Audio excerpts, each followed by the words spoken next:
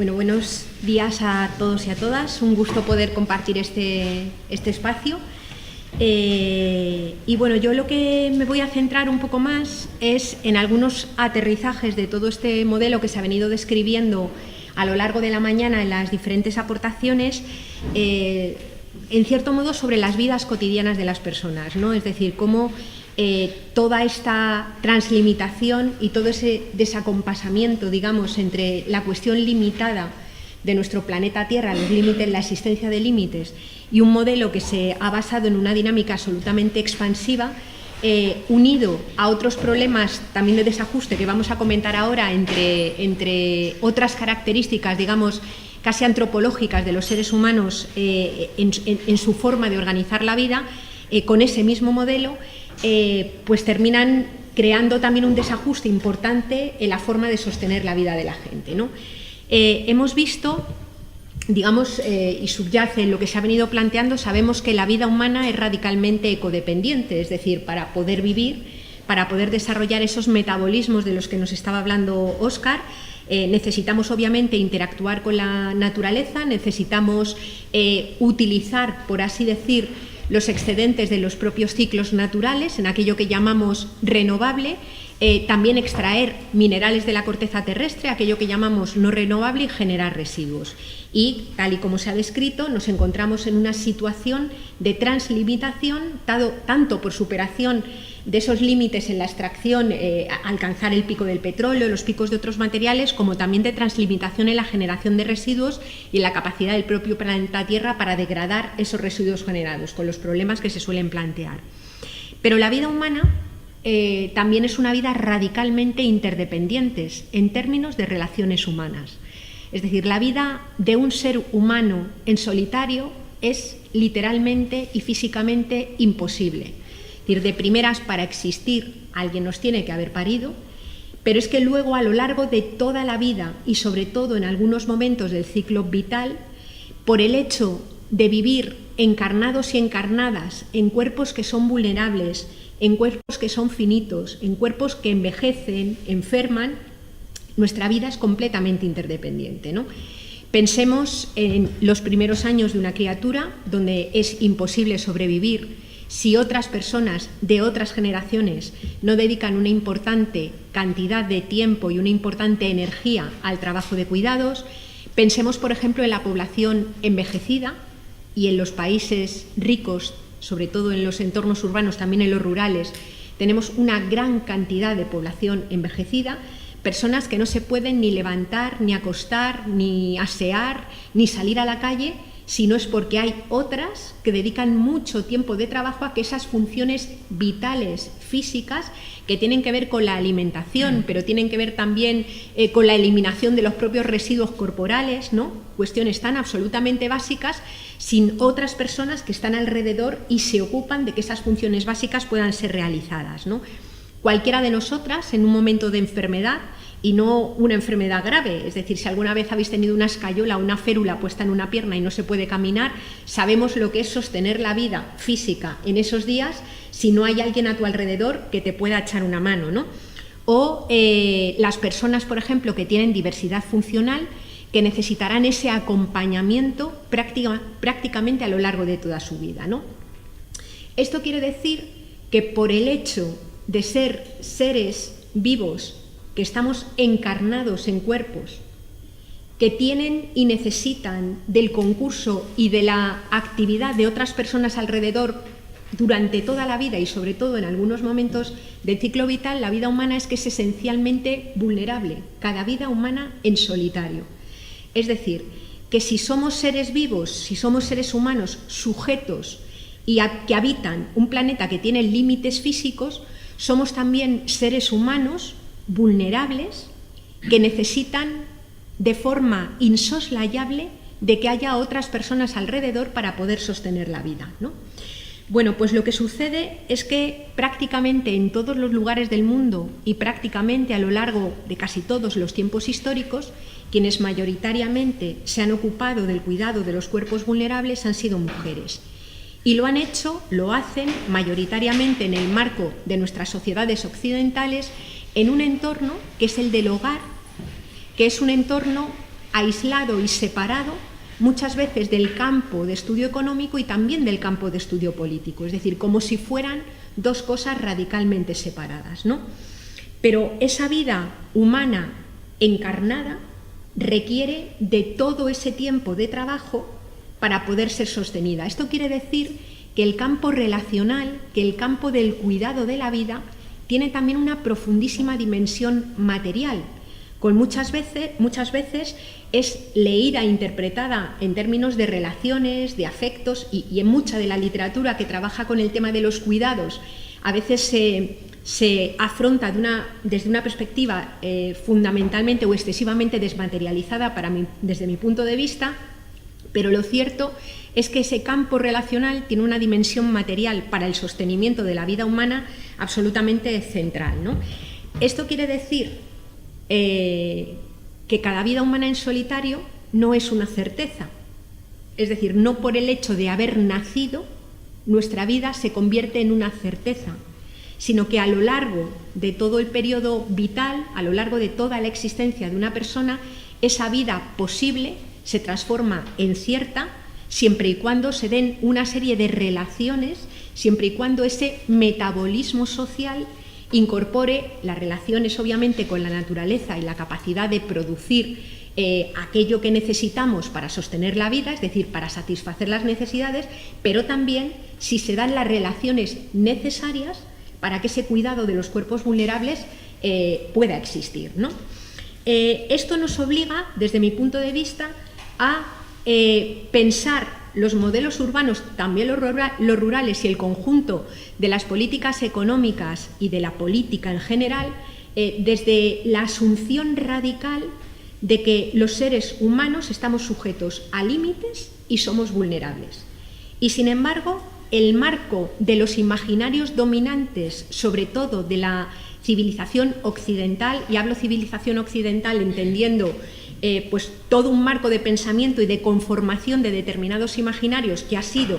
exportado y que ha sido hegemónico en el resto del mundo a partir de procesos, desde luego no exentos de violencia y de dominación, ¿no? Pero digamos que los imaginarios colectivos que, sin embargo, se sostienen sobre una noción de individuo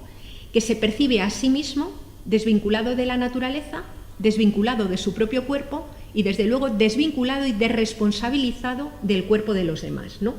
Vamos a ver, de alguna manera, de dónde puede surgir una concepción de la propia persona o del propio individuo, que yo creo que en buena medida ha conformado también una buena parte del diseño urbano occidental, es decir, esa noción de persona que se considera a sí misma desvinculada precisamente de las bases materiales que le permiten existir. Y para ello voy a poner un pequeño ejemplo, una pequeña metáfora, ¿no? ¿Os acordáis? Todos y todas hemos estudiado en algún momento de nuestra educación, incluso más básica y secundaria, la democracia ateniense. Es decir, estudiamos la polis griega y aquel momento de apogeo del nacimiento de la democracia en Atenas como un momento histórico del cual aprendimos y todavía podemos seguir aprendiendo un montón de cosas, yo creo que enormemente relevantes, ¿no?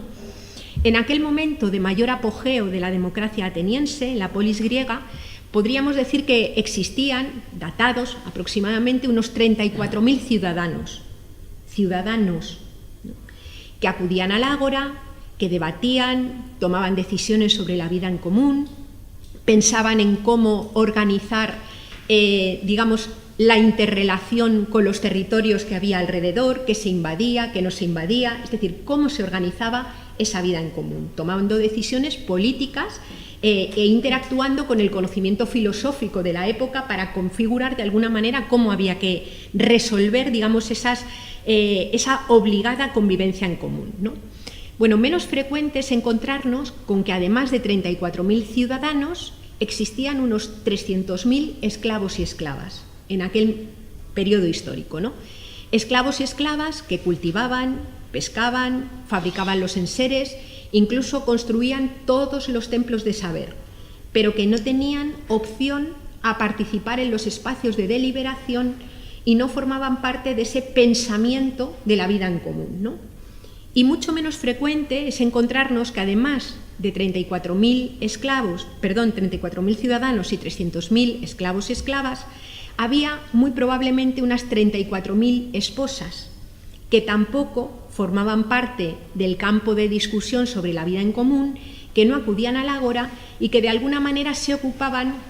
de parir hijos e hijas de ciudadanos, de interactuar o gestionar, digamos, el entorno doméstico, de incluso articular muchas veces la relación con el conjunto de esclavos y esclavas y de cuidar a los mayores y al propio ciudadano que disponía de tiempo para la vida en común, ¿no? ¿A qué voy con esto?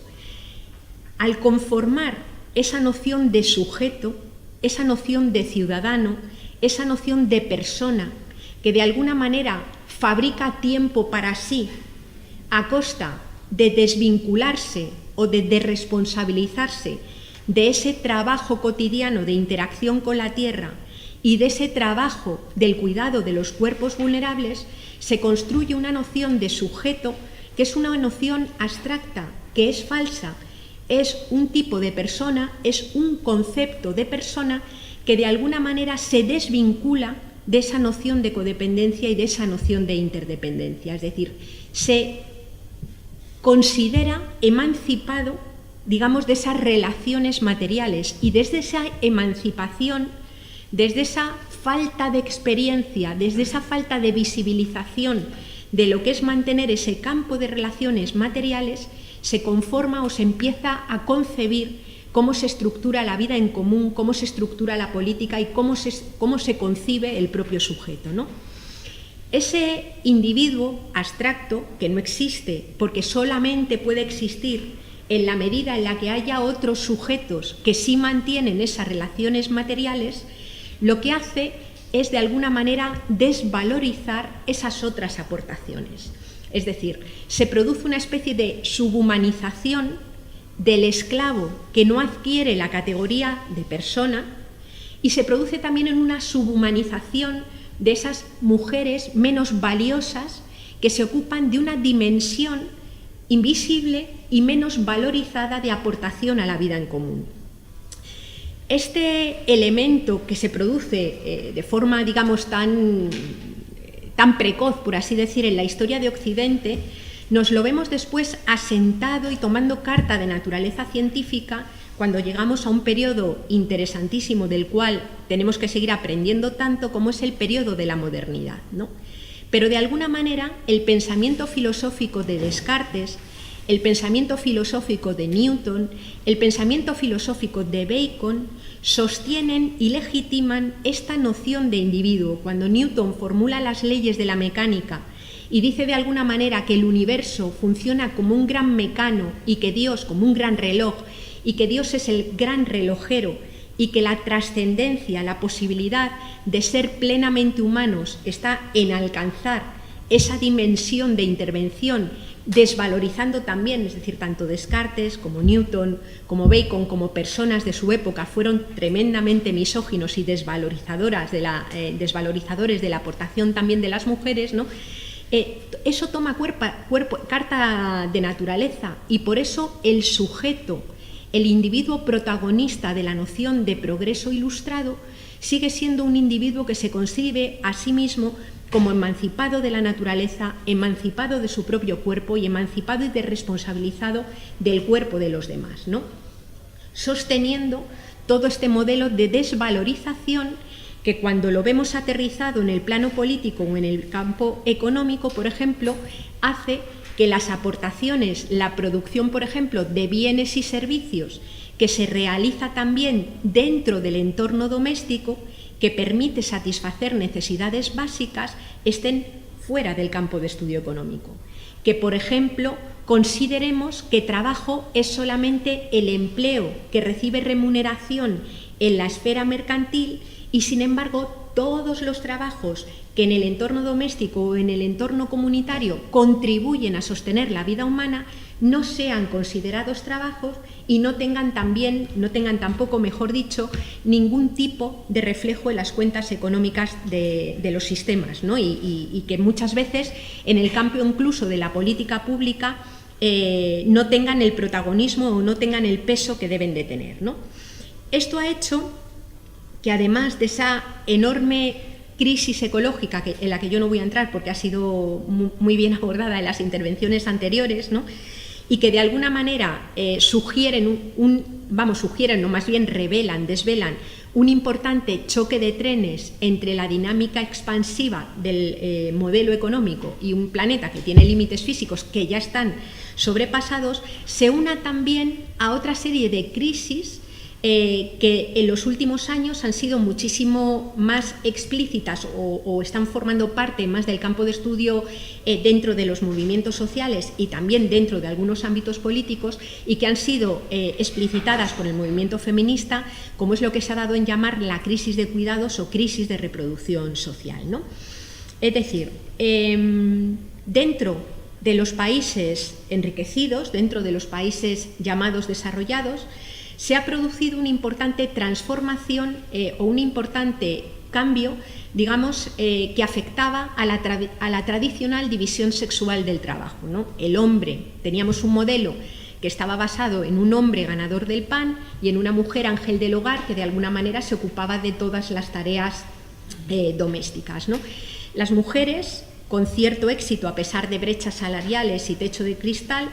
hemos protagonizado una transformación importante, y con todo el derecho, creo yo, que ha sido el de ocupar esos espacios públicos, la esfera del trabajo remunerada, que por otro lado es la única que te otorga la posibilidad de tener unos ciertos derechos económicos, por ser persona y no por ser esposa de. Es decir, me refiero a la pensión, cierta protección en términos de renta en momentos de especial vulnerabilidad, cuando no tienes empleo, la propia sanidad o la propia determinado acceso a recursos públicos, los tenemos en nuestros modelos de estado de bienestar, no por el hecho de ser persona, sino por el hecho de haber sido una persona empleada, ¿no? Ese paso se ha conseguido, insisto, con cierto éxito, y las mujeres, muchas mujeres, han pasado a ocupar espacio de la esfera laboral. Sin embargo, no se ha dado el paso contrario en la misma medida. Es decir, los hombres, de forma mayoritaria y corresponsable, no han asumido, no han entrado en los hogares a desarrollar una buena parte de los trabajos de cuidados cotidianos de la vida, ¿no? Cuando ves un poco las estadísticas, se ve las estadísticas de uso del tiempo, se ve de una forma clara. Es decir, es cierto que de forma más reciente algunos hombres empiezan a incorporarse en mayor medida a los trabajos del cuidado de la infancia, sobre todo, pero cuando nos vamos, por ejemplo, al cuidado de las personas mayores o al cuidado de las personas que tienen diversidad funcional, la diferencia es absolutamente abrumadora, ¿no? En términos de cargas y de horas de trabajo invertidas, ¿no? Bueno, pues se produce ahí una importante tensión, porque de repente hay menos tiempo para el cuidado de los cuerpos vulnerables, sin embargo, hay una necesidad mayor de tiempo para cuidado, ¿no? ¿Y por qué hay una mayor necesidad de tiempo? Y aquí nos encontramos también con el papel que juegan los diseños urbanos, ¿no? Bueno, pues en primer lugar, tenemos muchísima más población envejecida que hace unas décadas. Es decir, tenemos muchas más personas envejecidas. Personas que han aumentado, felizmente no vamos a ser como Christine Lagarde, que decía que la esperanza de vida era un riesgo financiero, ¿no? Han aumentado su esperanza de vida y en muchos casos esos últimos años de vida son en unas condiciones fuertemente vulnerables desde el plano del sostenimiento de los cuerpos, ¿no? Donde hace falta una gran cantidad de tiempo de trabajo para que esas personas puedan vivir vidas, como suele decirse desde algunos ámbitos del feminismo, que merezcan la pena vivirse, ¿no? Por tanto, más necesidad de tiempo de trabajo, habiendo menos tiempo disponible para hacerlo, ¿no? Pero el propio modelo urbano, también en su diseño, en un diseño pensado más bien, como se critica desde el urbanismo feminista, desde esa noción de sujeto universal que habita y se desplaza por la ciudad con unos motivos muy concretos, que vienen a ser el de acudir al puesto de trabajo, el de mantenimiento del ocio o la cuestión de la habitacionalidad, del hábitat, ese modelo urbano no ha sido consciente de cómo hay que habitar la ciudad para atender el cuidado de los cuerpos vulnerables. Y nos encontramos con que ahora mismo hay personas que tienen su puesto de trabajo lejísimos de donde habitan, pero a su vez su padre o madre mayor al que hay que atender vive también muy lejos de ese lugar,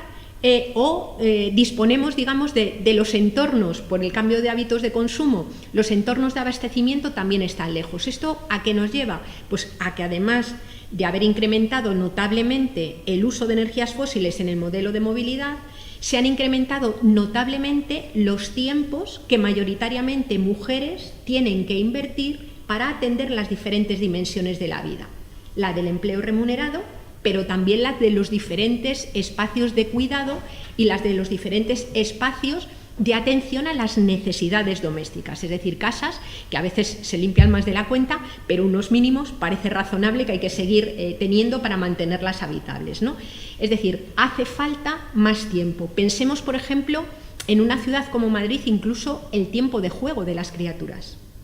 Es decir, en una ciudad en la que niños y niñas ya casi no pueden salir solos por percepciones de riesgos, a veces objetivos y otras veces subjetivos, no salen solos al espacio público, incluso el tiempo de supervisión para el juego requiere más tiempo por parte de las personas que les están criando, ¿no? Es decir, que nos encontramos con una mayor exigencia también en ese plano. Y luego las propias condiciones laborales. El hecho de que se haya precarizado de tal manera el mundo laboral hace que muchas personas no tengan o no sientan la fuerza, no tengan la posición para poder reclamar medidas, estas medidas un poco parche, de conciliación que permiten que el mercado laboral atienda una anomalía, y es que concurra al mercado laboral alguien que a su vez tiene otras obligaciones de cuidar de esos cuerpos vulnerables, ¿no? Porque el mercado laboral estaba diseñado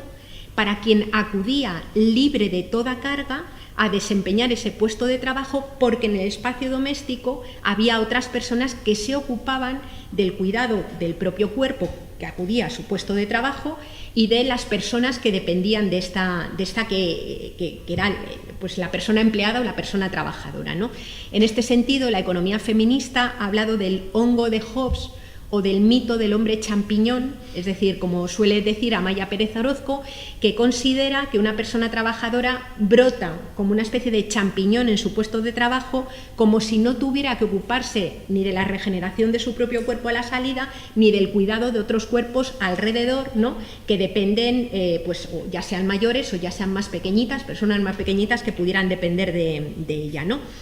Bueno, el caso es que tenemos menos tiempo para afrontar esas tareas y a su vez más necesidad de tiempo para hacerlas, ¿no? Ante esa tensión estructural,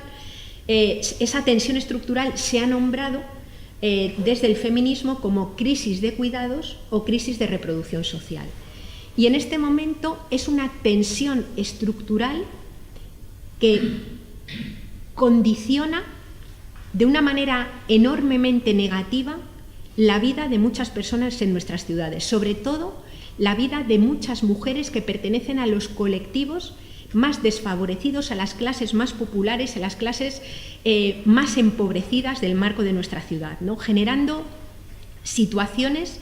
de tremenda incertidumbre, de tremendo miedo y de tremenda infelicidad, de hambre de tiempo en algunos sectores. Es decir, que cuando acudes, por ejemplo, a la gente que está organizada, como por ejemplo la Red de Solidaridad Popular, las asambleas de la PA o colectivos, por ejemplo, como han sido los campamentos de la dignidad en Extremadura o asambleas de personas paradas y precarias, te encuentras situaciones verdaderamente dramáticas en las que el empobrecimiento material y el empobrecimiento de tiempos se mezclan de una forma absolutamente explosiva y destructiva, ¿no? Y luego comentaremos algunos riesgos que vienen asociados a esta situación, ¿no? ¿Cómo se ha venido paliando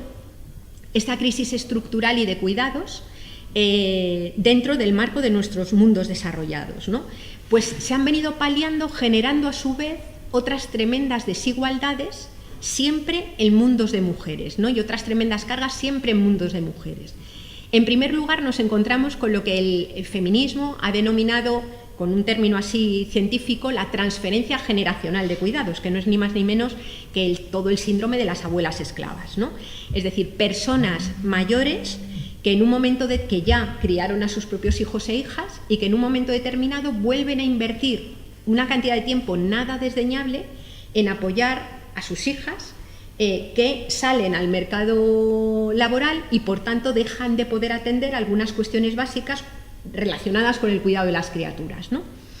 Pero hay otro segundo mecanismo que es un mecanismo de clase. Es un mecanismo de clase a través del cual algunas familias que pueden permitírselo contratan a otras mujeres que venden su fuerza de trabajo para hacer parte de ese trabajo doméstico y de cuidados. Y digo que es un mecanismo de clase y además, con una de las explotaciones más flagrantes que yo creo que tenemos en el momento actual, porque son los trabajos más desprotegidos, peor pagados, más desvalorizados, yo creo que del mundo del trabajo, es decir, creando una especie de lumpenproletariado femenino que de alguna manera se ocupa de esa función básica que es el sostenimiento cotidiano de la vida, ¿no? Y ahí nos encontramos con dinámicas muy interesantes en donde también se dan esas transferencias de las que hablaba Óscar, ¿no? En términos físicos, o muy similares. Se producen, por ejemplo, transferencias entre barrios de Madrid, donde podemos ver cómo mujeres que habitan barrios empobrecidos se trasladan diariamente a otras zonas de habitacionales de colectivos más favorecidos con unas inversiones de tiempo brutales. O sea, por ejemplo, las señoras, que son todas latinoamericanas, que están limpiando la sede de la FUEM, la que tenemos ahora, son personas que se levantan cada día entre las 5 y las 5:30 de la madrugada, van en transporte público porque no tienen coche y no se desplazan con movilidad privada a su puesto de trabajo, empiezan en la FUEM, entran allí a las 7 de la mañana a limpiar y desde allí empiezan un periplo uniendo trocitos de jornada en casas particulares o en oficinas, ¿no?, hasta completar un sueldo miserable y volver de nuevo a su núcleo de habitación. O sea, es una cosa brutal la inversión de tiempo que están haciendo en esos trabajos ultra precarios para poder atender, ¿no?, con la paradoja de que cuando además se resuelve de forma privada el asunto del cuidado, por ejemplo, las mujeres que se articulan en estas organizaciones que han surgido en el ámbito urbano, neosindicales, como pueden ser Territorio Doméstico, Senda de Cuidados, las Kellys, y digo se articulan en esos espacios porque el sindicalismo clásico ha hecho un abandono flagrante de todas estas mujeres durante un montón de tiempo, ¿no? Cuando ellas se articulan y las escuchas hablar, lo que te cuentan es cómo tú puedes ir a una casa a hacer una entrevista de trabajo para cuidar al viejito, al hijo de unas personas que son las que te van a contratar. Te están ofreciendo, por ser interna, un salario de 700 euros, del cual te pueden detraer legalmente el 30% en concepto de alojamiento y manutención, con 2 tardes libres a la semana, ¿no?, como si el alojamiento y la manutención no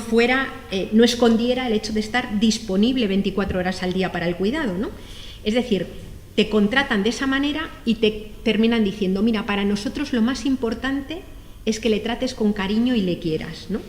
Claro, estas mujeres, fundamentalmente ecuatorianas, bolivianas, dominicanas,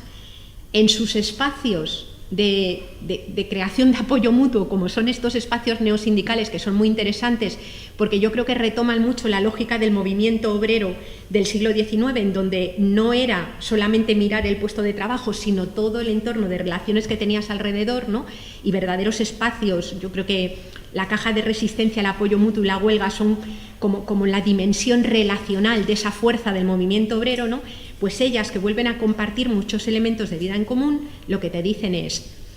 que encima te piden que le quieras. A ti lo que te dan ganas de decirles, mira, yo no le voy a maltratar, le voy a tratar por supuesto que muy bien, pero no me pidas amor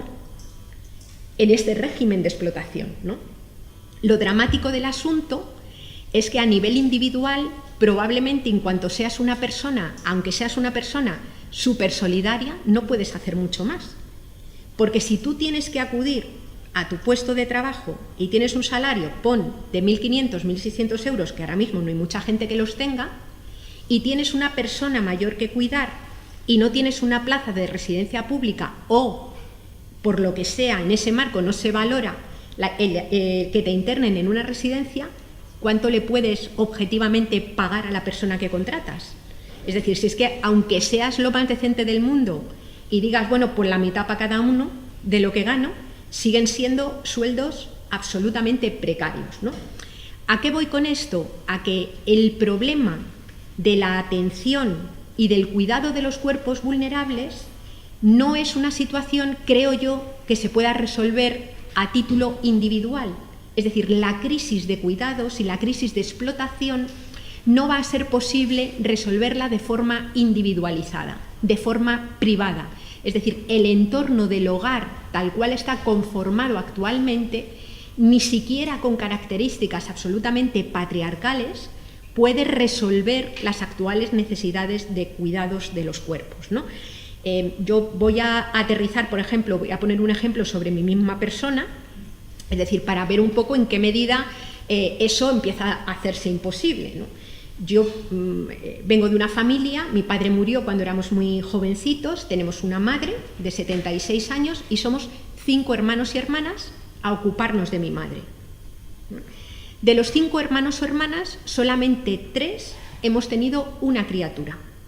Y además con modelos de familia que ya no son los clásicos, donde una pareja se casaba o se unía y duraba toda la vida. En mi caso concreto, yo tengo una hija, no vivo con su padre, pero mi hija, que la hemos criado muy solidaria y en la cultura del cuidado, resulta que se encuentra ahora con la papeleta de que si fuera bajo la lógica privada, le tocaría cargar ya no con 2, sino con 4, porque se lleva súper bien con las parejas que tenemos los dos. Y se le añadiría algún trozo de alguno de sus tíos que no tiene hijo e hija, a los que también quiere un montón. O sea, lo ridiculizo para llevarlo al extremo de que es que el aumento de población envejecida con el cambio en las pautas demográficas hace que ni siquiera bajo la lógica patriarcal, en donde en un hogar extenso había todo un ejército de mujeres que de forma no libre se ocupaban del cuidado de los cuerpos, es que ahora mismo con estos cambios ni siquiera estructuralmente se puede sostener, ¿no? Esto yo creo que nos lleva a que de la misma manera que debemos de incorporar la cuestión de los límites físicos del planeta y de la translimitación a pensar esos modelos de metabolismo productivo de forma urgente además,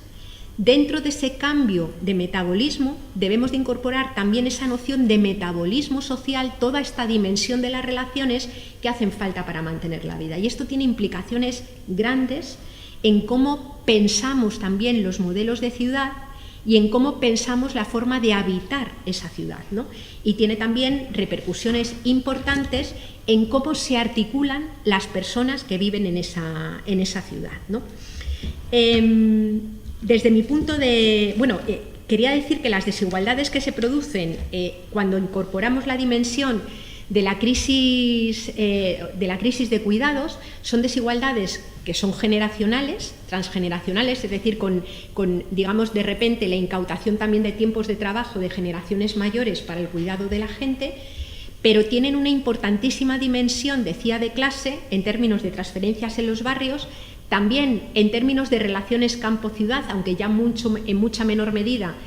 Desde luego durante mucho tiempo fueron las chicas que venían del campo a la ciudad, las chicas que venían a servir a la ciudad, quienes se ocuparon de mantenimiento de esta dimensión, y ahora mismo adquiere también una dimensión transnacional importantísima. Es decir, es que si ponemos en un plano los lugares de procedencia de muchas de las mujeres que hoy están cuidando a las personas y a los cuerpos más vulnerables, probablemente tenga unos niveles de coincidencia bastante interesantes con muchos de los lugares de procedencia de las materias primas que sostienen el metabolismo económico. Es decir, que se vive con cargo al resto del mundo, no solamente en las relaciones materiales de sostenimiento del modelo productivo, minerales, energía, residuos, alimentos, sino también en la incautación de los tiempos de trabajo, ¿no? Por eso en diferentes momentos, primero la economía ecológica y luego la economía feminista, se ha coincidido en utilizar esa metáfora del iceberg para representar el funcionamiento económico actual. Es decir, en la parte que flota por encima del agua, la que vemos, nos encontramos pues, con todo lo que tiene reflejo en las cuentas económicas del sistema, pero por debajo, sosteniéndolo de arriba, hay pues, toda esa extracción de materiales finitos de la corteza terrestre, toda esa alteración de los ciclos naturales que han venido funcionando de una determinada manera y a los que se está forzando a innovar hacia unas condiciones que colocan en mayor situación de incertidumbre la vida humana y el resto también de la vida, pero también la incautación de una cantidad ingente de horas de trabajo que se realizan en los hogares y que es, digamos, tiempo que es apropiado, que se apropian muchos hombres y algunas mujeres también para ponerlos a disposición del mercado, ¿no? Jorge Rietzmann decía en un texto que dentro de los hogares se genera también una plusvalía en forma de tiempo social que es apropiado por estos otros sectores de privilegio para ponerlos al servicio del mercado. Es decir, como dice Mary Mellor, para que pueda existir la producción en términos capitalistas, con esa salvedad que hacía Óscar de cómo se ha pasado en realidad de una economía de la producción a una economía de la adquisición, ¿no? Pero para que exista esa producción en términos capitalistas tiene que haber una precondición que es la producción de vida, y esa no se hace con criterios capitalistas y se hacen en espacios normalmente invisibles al funcionamiento económico, ¿no? Por tanto, incidiendo también en lo que planteaba Óscar, porque luego el campo de análisis conduce a algunas cosas bastante parecidas, ¿no? Si tenemos un planeta que tiene unos límites físicos que ya se encuentran translimitados y a la vez hay un suelo mínimo de necesidades por debajo de las cuales no se pueden vivir vidas que merezcan la pena vivirse, parece razonable pensar que entre ese techo ecológico y ese suelo mínimo de necesidades es donde podemos articular un campo de vida segura para las personas. Ahí ese es el campo de juego en el que podemos de alguna manera construir esos modelos. Y claro, en la situación de translimitación que tenemos, el campo se ha estrechado de una forma notable. Y lo que sucede es que cuando algunas personas viven con un estilo material que está muy por encima de las capacidades de sus propios territorios, directamente otras personas quedan expulsadas a los márgenes del sistema, ¿no?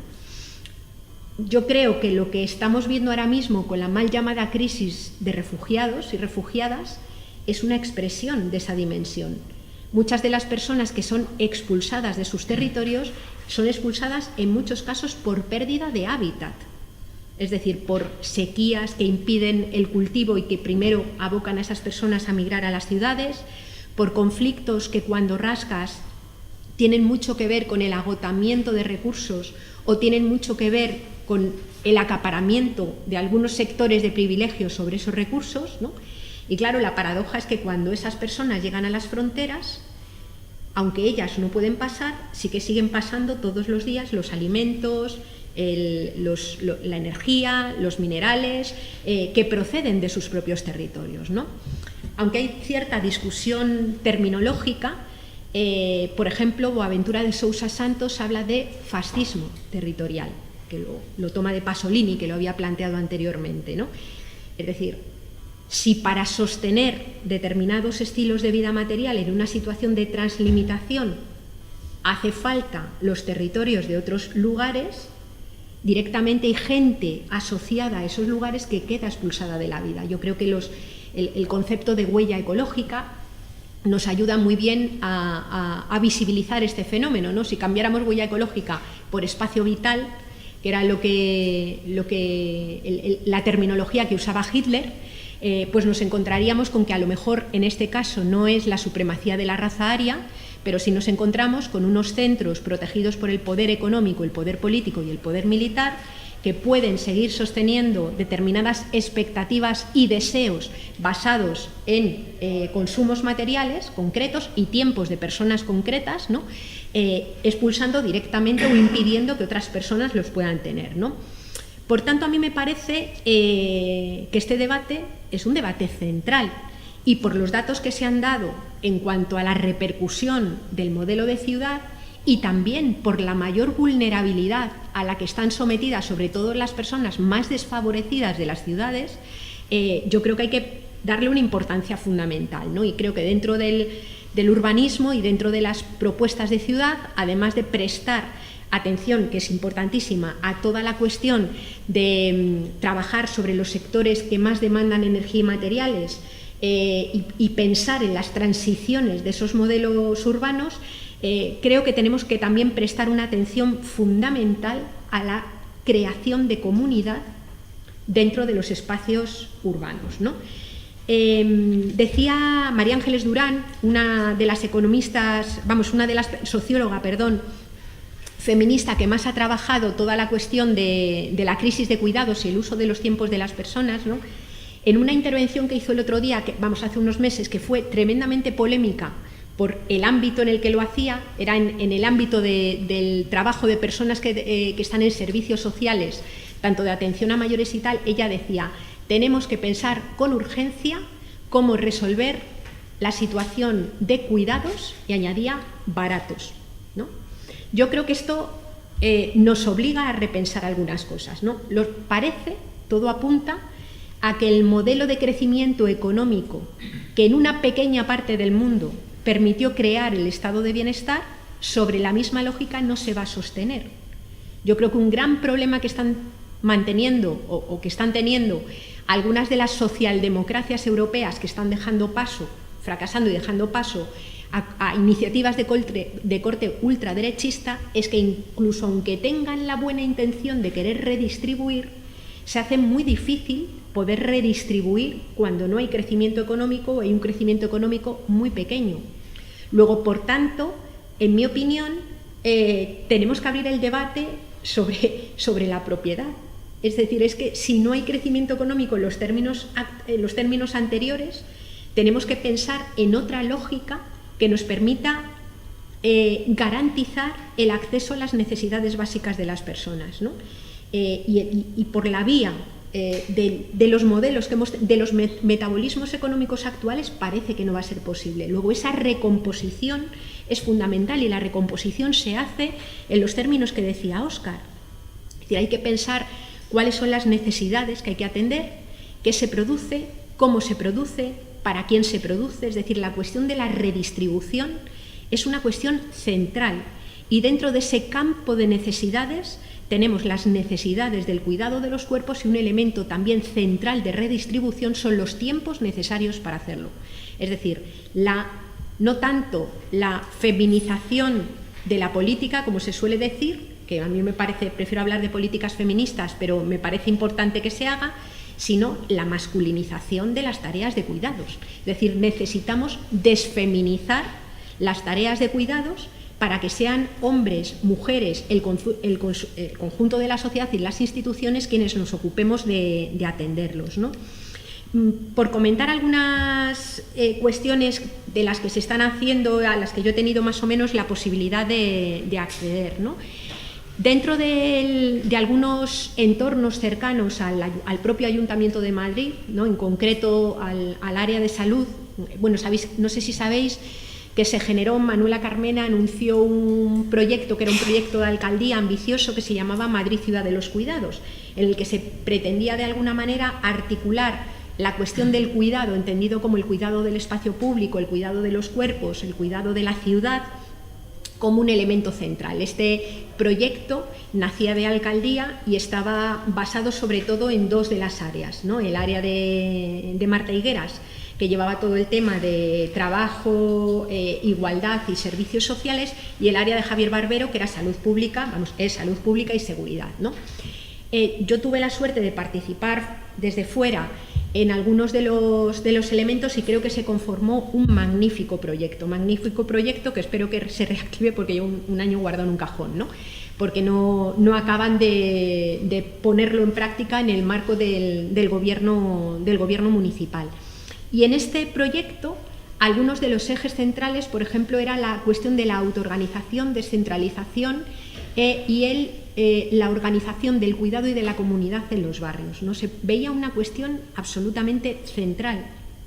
porque la exigencia de recursos y de tiempos que tenemos en este momento es tan grande en los barrios para el tema del cuidado de los cuerpos, que necesitamos ver cómo de alguna manera descentralizamos y podemos organizar colectivamente ese cuidado.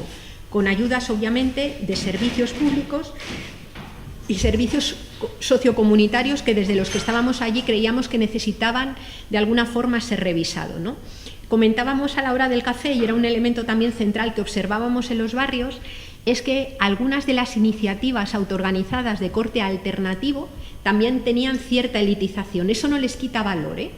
porque son modelos a imitar, pero te encuentras con paradojas como que en un centro en Vallecas tengas un grupo de consumo articulado en torno a la producción agroecológica y pensando sobre la calidad de los productos consumidos, y en la puerta de al lado tengas la despensa solidaria, donde tienes a un montón de gente empobrecida que está pues con lo que resta del Mercadona tratando de ver cómo se resuelven las necesidades alimentarias, ¿no?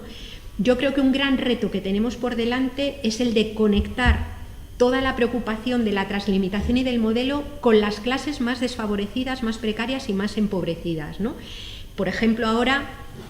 a mí me ha gustado mucho en lo que planteaba Ana, es decir, esa relación, yo creo que es muy importante que se visibilice bien esa relación con las perspectivas del pico del petróleo y las personas de rentas más bajas y más desfavorecidas, ¿no? Yo creo que en Estados Unidos, por ejemplo, un gran éxito que está teniendo el movimiento de justicia climática, que es muy potente, es que está integrado sobre todo por los sectores más empobrecidos de la población. Es decir, y yo creo que aquí, haciendo una autocrítica, el movimiento ecologista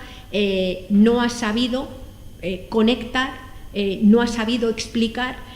digamos, algunos de los peores efectos de esta cuestión de translimitación con las personas más empobrecidas, ¿no? Y ahora mismo en los barrios yo creo que es una cuestión absolutamente central, ¿no?